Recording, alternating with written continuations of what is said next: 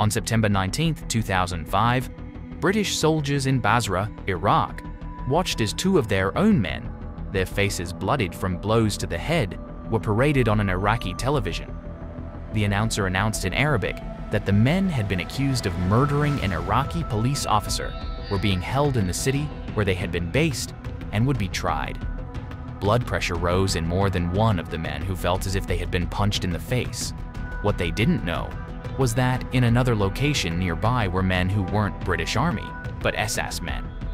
As the lieutenant colonel in charge of their unit watched the screen replay the sequence several times over the next hour, a sick feeling rose in his gut. The men had been taken by corrupt police who sympathized with the insurgency, particularly the Mahdi militia. The chances of surviving beyond a few days were slim at best. They needed help, and they needed it now. Realizing that his squad was too small to handle the task, he radioed his superior and another SAS unit 300 miles north to ask for reinforcements. The men donned their gear, readied their H&Ks and C8s, and headed toward the waiting C-130. The lieutenant colonel started making more calls to find out where the men were. As he was trying to come up with a plan, one of his senior officers piped over the phone. He expected the order to proceed, but what happened next changed him forever. Permission denied. Lives are more important than a few phone calls. It wasn't a general in the field. It was the senior general in permanent joint headquarters at Northwood in England, where British military operations were conducted in the war in Iraq. The lieutenant colonel couldn't believe what he was hearing. He kept telling the general how dangerous it was to leave the two men unescorted, but each time he was overruled. That was the end of the call, and at that moment, the SAS commander knew that someone in a high-ranking position in the British Army was really not interested in the lives of his men. He also knew that it was the Ministry of Defense, not Northwood, who had given the orders. The CO reluctantly picked up the phone and called the commanding officer, who was in the C-130 with his men, the engines running, ready to take off. Even the commanding officer was astonished at what the lieutenant colonel had to say. Afterward, the commanding officer turned to his men, telling them what had happened. They were angry. Political correctness had struck again. He wanted to quit right now. He knew that many of his men would resign as soon as they heard about this. There was nothing he or anyone else could do. His two men were going to be left to fend for themselves. Then he made his decision. He reached into his pocket, lifted the phone, and hailed the SAS detachment on the C-130, saying, "We were doing it anyway. Forget about the political correctness." The C-130 moved to take off, and the lieutenant colonel reckoned that his career in the army was over, that he and anyone else who defied orders would face a court-martial. Strangely, he didn't care about those things. He was too well trained to let them happen. What he did care about was figuring out a way to save his men. He got up and went back out to join the others, and there they were again, two captured British SAS in t-shirts and slacks, staring at him in a sullen expression as if they were being berated in Arabic. The lieutenant colonel knew they must be wondering, do they know where we are? Will they come? And, damn it, they would. The only problem was, he feared that they would be moved before the rescue came. Others were determined to try though. Local officials and ordinary British Army officers also saw the two SAS prisoners. They found the police station, which was in a section known as Jamiat, within a fortified compound with prefabricated buildings. A small team of officers accompanied by two warrior infantry fighting vehicles went to the station to negotiate for the release of the prisoners and to try to resolve the situation in a peaceful manner. About 100 soldiers arrived in trucks to block off the station. The men arrived at the station and were met by a woman, a Muslim lawyer, who pleaded on their behalf for them to be released. All attempts to get permission to enter the station were ignored, and a crowd swelled around them. The men were forced to leave, and the soldiers also. The warriors, however, were not so fortunate. The crowd began to shout and throw stones and Molotov cocktails against the two vehicles. One was burned to death, and his crew had to abandon him. Another was gutted before being saved and put on the back of the last warrior, who sped away as the crows crowed in celebration. The whole place looked like a ticking time bomb. The C-130 landed in Basra on the day of the retreat and unloaded its payload. The colonel called in reinforcements and told them about the unsuccessful rescue attempt. The SAS unit was now down to 10 warriors, plus a couple of helicopters for backup.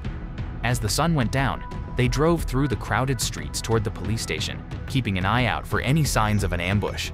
The drive itself was remarkably quiet. The crowd was nowhere to be seen as they rounded the corner toward the station. Then the warriors fired their engines and burst through the wall. They rolled right through all the buildings except the station building.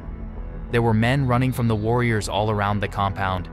Some were going into the station itself, while others were going in to kill or take out the police or any militants in the area. The blast of flashbangs was deafening. Gunshots rang out as the last of the foolish militants who had raised their guns went down with dozens of shells in their heads. Inside the station, the SAS came face to face with policemen who held their hands up in fear as the SAS disarmed them, handcuffed them, and made them lay on the ground. Then came the cell search, where they discovered that their worst fear of being moved had come true.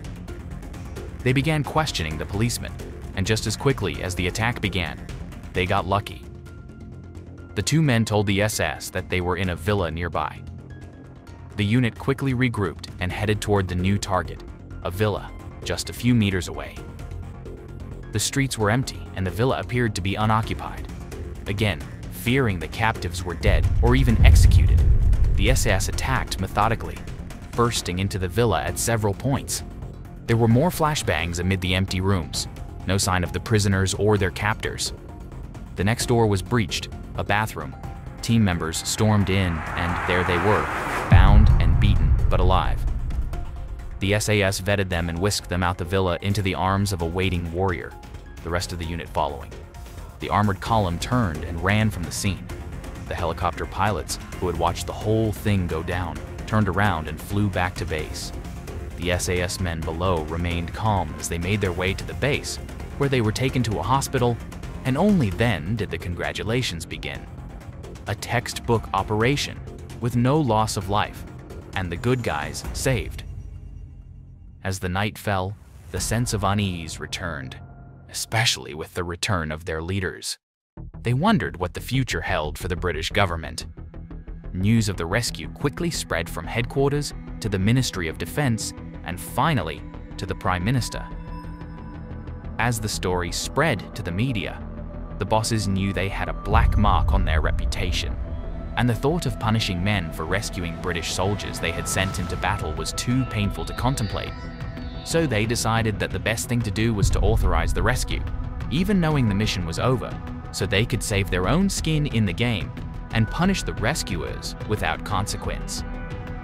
Worse still, the government would later learn that the SAS leadership were on the brink of resigning en masse if they had attempted to stop the mission. Years later, the two ex-prisoners were interviewed by the British press and told their story of how they came to be caught. They had been working with local police who had serious doubts about their loyalties.